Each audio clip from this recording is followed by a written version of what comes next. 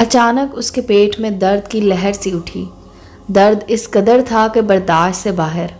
امی کو آواز دی، امی نے دوائی دی تو تھوڑا افاقہ ہوا۔ پھر درد کا نہ ختم ہونے والا سلسلہ تھا۔ کبھی کبھار تو الٹیاں بھی ہونے لگیں۔ سب گھر والے اب اسے شک کی نگاہ سے دیکھنے لگے۔ پیٹ بڑھتا جا رہا تھا اور اس کے ساتھ درد بھی۔ گھر والوں نے تو سوالات بھی شروع کر دیے تھے۔ بتا کس کے ساتھ منہ کالا کر کے آئی ہے؟ یہ درد اتنا تکلیف دہ نہیں تھا جتنا سب کا بے اعتبار ہونا تکلیف دے رہا تھا۔ آہستہ آہستہ سب نے بات کرنا بھی چھوڑ دی۔ کبھی جو اکلوتی بیٹی ہونے پر ناز اٹھاتے تھے، آج بات کرنا بھی گوارا نہیں کرتے تھے۔ امی جو اس کی ہلکی سی بیماری پر تڑپ اٹھتی تھی، آج اس کی موت کی دعا مانگ رہی تھی۔ قصور شاید کسی کا نہیں تھا، قصور اس سوچ کا تھا جو معاشرے کے حالات کو دیکھ کر پیدا ہو رہی تھی۔ اس کے لیے کھانا پینا بند کر دیا گیا۔ وہ درد سے تڑپتی اور سب کا یہ جواب ہوتا، جس کا گناہ ہے اسے بتا۔ ظلم اس حد تک بڑھ گیا۔ وہ ماں باپ جو اولاد کے لیے زندگی کی کرن ہوتے ہیں، جن کے سائے تلے اولاد خود کو محفوظ محسوس کرتی ہے، وہی موت کا سامان تیار کرنے میں لگ گئے۔ کھانے میں زہر ملایا اور اسے کھلا دیا۔ کھانا کھاتے ہی وہ تڑپنے لگی۔ امی ایک بار اپنی بیٹی کو گلے سے لگا لو، بس ایک بار، یہ درد میں برداشت نہیں کر پا رہی۔ شاید آپ کی آغوش محبت میں یہ درد دم توڑ دے، پر ماں پر کوئی اثر نہ ہوا۔ اس کا رونا سن کر آس پاس پڑوس کے لوگ آ گئے۔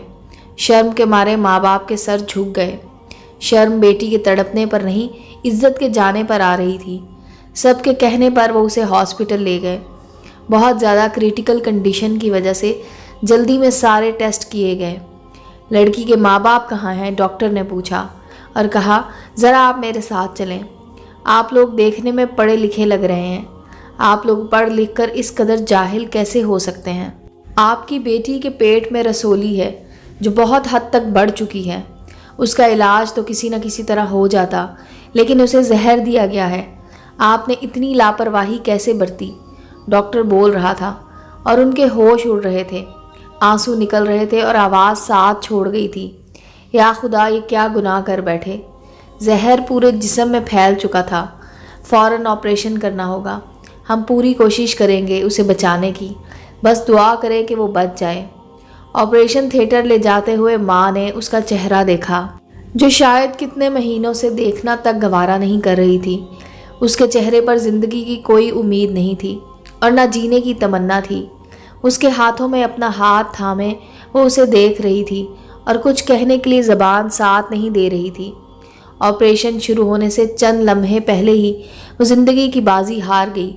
وہ ناکردہ گناہ کی سزا پا کے دنیا چھوڑ گئی اور سب کو عمر بھر کی ندامت دے گئی۔